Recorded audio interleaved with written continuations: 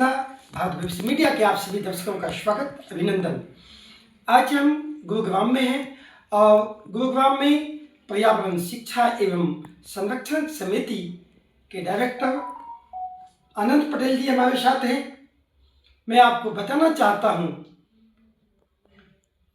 कि अति दीपो भव, महात्मा बुद्ध ने, तथागत बुद्ध ने संसार को एक संदेश दिया कि अपना दीपक। इस चर्चा में मेरा कहना यही है कि अभी हम दिल्ली एनसीआर में हैं, गुरुग्राम में हैं, और अभी हमारा एक आर्टेमिस अस्पताल है, उसके सहयोग से हम एक परियोजना को संचालित कर रहे हैं जिसका नाम है सोलर सखी,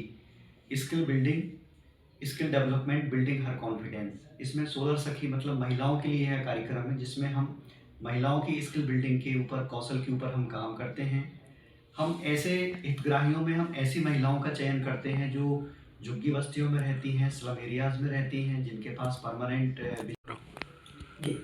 तो इस परियोजना में हम जो भी हितग्राही महिला हैं जिनको हम सोलर सखी कहते हैं, उनको हम एक लालटेन देते हैं। वो सूरज की रोशनी से चार्ज होती है, उसमें एक सोलर पैनल होता है।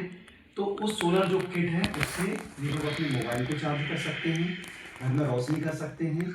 और दूसरा, जनरली ये इनके बच्चे हैं, पढ़ाई लिखाई करते हैं, उनके लिए लाइट की समस्या होती है, तो उसके लिए भी है। और दूसरा, सुरक्षा की दृष्टि से ये लाइट जो है इनके लिए उपयोगी होता है। तो इस सोलर किट को देने के पहले हम इसका DIY कराते हैं। DIY हमारी एक पूरी ट्रेनिंग का प्रोसेस होता है जिसमें हम इनको सीखें और स्वयं इसको असेंबल करें, स्वयं बनाएं। तो इसको हम डिसमेंटल फॉर्म में हम इस सोलर लैंटर्न को देते हैं। इसके बाद फिर वो लैंटर्न को हम पूरा बनाना सिखाते हैं, बैटरी कैसे लगेगी, लाइट कैसे लगेगा, चार्जर कैसे लगेगा, पैनल कैसे कनेक्ट होगा। तो ये हम उनको एक पूरा कौशल सिखाते हैं। इसका सिखाने के बाद फिर हम इनको एक सोलर लैंटर्न का पूरा जो किट है, सोलर किट है, वो इनको वितरित करते हैं। भविष्य में यदि कोई इसमें खराबी होती है, गड़बड़ी होती है, तो उसका मेंटेनेंस कैसे कर सकें।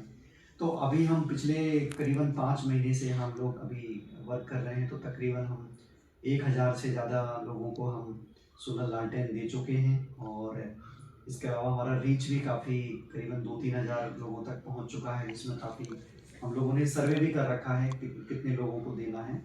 तो अभी हमने जो दिल्ली NCR का जो रीजन है, इसमें हमने हमारा तिगरा है, गुरुग्राम का तिगरा है, नाथुपुर है, सिकंदरपुर है, वजीराबाद है, और इधर ईस्ट ऑफ कैलाश और न्यू फ्रेंड्स कॉलोनी, यहाँ जितने भी जो बंजारा कम्युनिटीज़ हैं जो जनरली टेंट में रहते हैं, उनको हमने ये सोलर किट्स प्रदान किए हैं। और इसके साथ हमने एक बहुत अच्छा काम और किया है कि हमें पता था कि हम कोई इवेंट करते हैं तो उसमें लोग तो आते हैं, लेकिन हमें ऐसा भी था कि कुछ घर में जैसे दिव्यांग भी लोग रहते हैं या जो हमारी चीज़ को उसको ले नहीं सकते, तो हमने घर जा कर भी हमने 1 to 1 करके भी, कोई घर में बुजुर्ग बहन है, कोई बुजुर्ग माता जी हैं, या जो दिव्यांग जन हैं जो चल फिर नहीं सकते, या बीमार जो भी हैं, सखियां हैं, तो उनको भी हमने घर घर जाकर भी सोलर लालटेन को हमने वितरित किया है।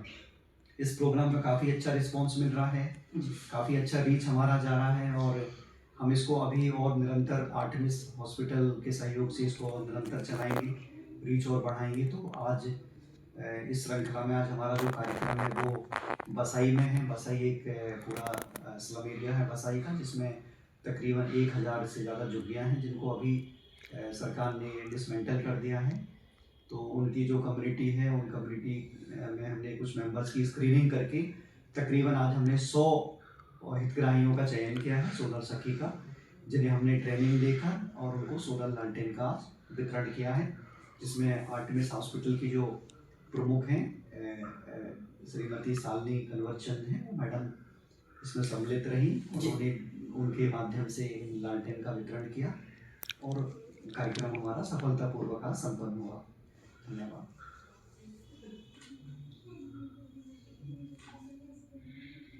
कुछ नए अपने हनीमून के बारे में बता तो। हाँ ठीक है, हाँ बोल रहे।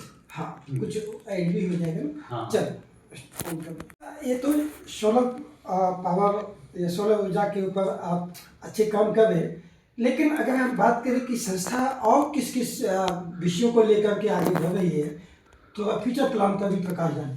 बिल्कुल सिन्हा साहब, आपने बहुत अच्छी चीज़, आपने अच्छा प्रश्न किया है। संस्था जो है तकरीबन 17 साल से काम कर रही है और अभी हमारा इसके अलावा हमारे बहुत सारे वर्टिकल्स हैं, जिसमें एक हमारा जो है मधुमक्खी पालन का हमारा कार्यक्रम है, जिसमें हम मधुमक्खियों को पालते हैं। और हमारा ब्रांड भी है, हनी का ब्रांड है, जो काफ़ी दूर तक हमारा जाता है। हनी बी कीपिंग होती है और जंगल की जो हनी है उसको भी हम हनी हंटर्स को ट्रेनिंग देके और सस्टेनेबल तरीके से उसको हम जंगल से एक्सट्रैक्ट करते हैं। तो हनी का एक ब्रांड है हमारा, और दूसरा एक प्रोग्राम हमारा जो मध्य प्रदेश में ही चल रहा है बड़ा। और मैं बताना चाहूँगा कि हनी का जो हमारा प्रोडक्ट है, ये माननीय जो हमारे केंद्रीय कृषि मंत्री हैं श्री शिवराज सिंह चौहान जी के करकमलों द्वारा ये लॉन्च हुआ था अगस्त में। उनकी धर्मपत्नी जी साधना सिंह जी थी और शिवराज सिंह जी, उन्होंने इसको लॉन्च किया है जी। और इसके अलावा नाबार्ड बैंक के सहयोग से हमारा एक दूसरा प्रोग्राम चल रहा है जो हाइड्रोपोनिक्स का है, जिसमें बिना मिट्टी के हम लोग खेती कर रहे हैं। तो ये बहुत अच्छा प्रोजेक्ट है, जिसमें ऑटोमेटिक प्लांट है और पूरा महिलाएं इसको रन करती हैं। तकरीबन 60 महिलाएं इनको रन करती हैं। दो प्लांट हैं हमारे, जिनमें हम बिना मिट्टी का पूरी खेती करते हैं, जिसमें जितनी भी जो महंगी क्रॉप्स होती हैं, हाई वैल्यू वेजिटेबल्स, केल है, पार्सले है, चेरी टमाटर है, लेट्यूस है, लोलो रोज़ा है, और तमाम इस तरह की सब्जियां हैं, वो हाई क्वालिटी की सब्जियां हम सलाद पत्ती वगैरह उसमें ग्रो करते हैं और वो भोपाल के बाज़ार में अच्छे दामों पे बिकती हैं। और इसके अलावा हमारे बायो इनपुट्स यूनिट हैं, जिनमें हम जैविक खादों, अलग अलग तरह के जैविक खाद हैं, उनको तैयार करते हैं, जिसमें बायो पेस्टिसाइड है, बायो इंसेक्टिसाइड है, बायो फर्टिलाइजर्स है, बायो फंगीसाइड्स हैं। ये तमाम चीज़ें हम लोग खेत में तैयार करते हैं।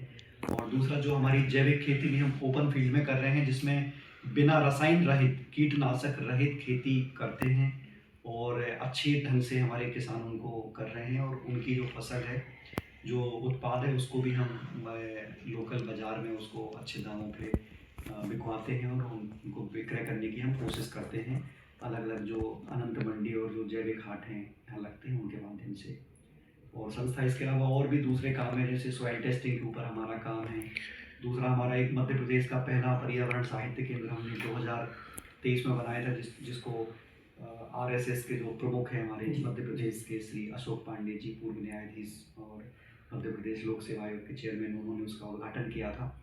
मध्य प्रदेश का पहला सेंटर है जिसमें पर्यावरण साहित्य का सृजन होता है, और वहाँ कई तरह का हम पर्यावरण साहित्य को लोगों को पढ़ने के लिए देते हैं। और उसमें लेखन का और संसाधन के रूप में भी काम करता है वो, जिसमें बीच बीच में हम काफ़ी सारी एक्टिविटीज़ वगैरह कराते हैं। तो इस तरह के अभी हमारे प्रोग्राम अभी संचालित हैं, हमारे संस्था कर रही है। और चूँकि आपने पूछा कि भविष्य में आपका और संस्था का क्या इसमें आगे का काम करने का है जी, तो आगे अभी हमारा बहुत सारा काम करने का है, क्योंकि अभी तो हमने जस्ट शुरुआत हमने की है। हमको ऐसा लगता है, तो हमें बहुत सारी चीज़ें करनी है। हमारा एक बीज बैंक के ऊपर हमारा काम होना है। पद्मश्री बाबूलाल दाहिया जी हमारे मार्गदर्शक रहे हैं, जिन्होंने बीज पे भारत में सबसे ज़्यादा काम किया है, बीजों के संरक्षण पे। तो बीजों के ऊपर अभी हम लोग काम कर रहे हैं। और जैविक खेती और एक खेती की नई विधा जो आई है अभी, जिसको रीजनरेटिव एग्रीकल्चर फार्मिंग कहते हैं या पुनर्योजी कृषि, उसके ऊपर अभी हम लोग काम करना चाहते हैं। और हम लोगों को एक अच्छा मार्केट उपलब्ध कराएं जैविक उत्पादों का, तो उसके ऊपर अभी हमारा काम चल रहा है। और जितना भी पर्यावरण से संबंधित लेखन है, इसके ऊपर भी हम अलग अलग चीज़ों को लेके काम आगे करना चाहेंगे। धन्यवाद।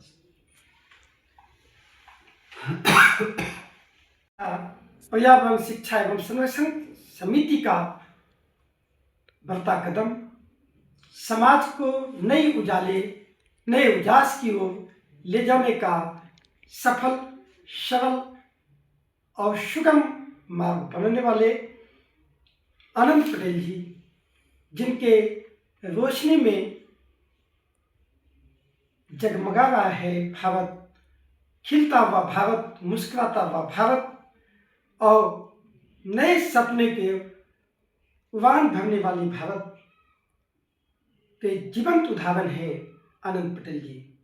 फिर मिलते हैं एक नई हलचल, एक नए भविष्य के साथ।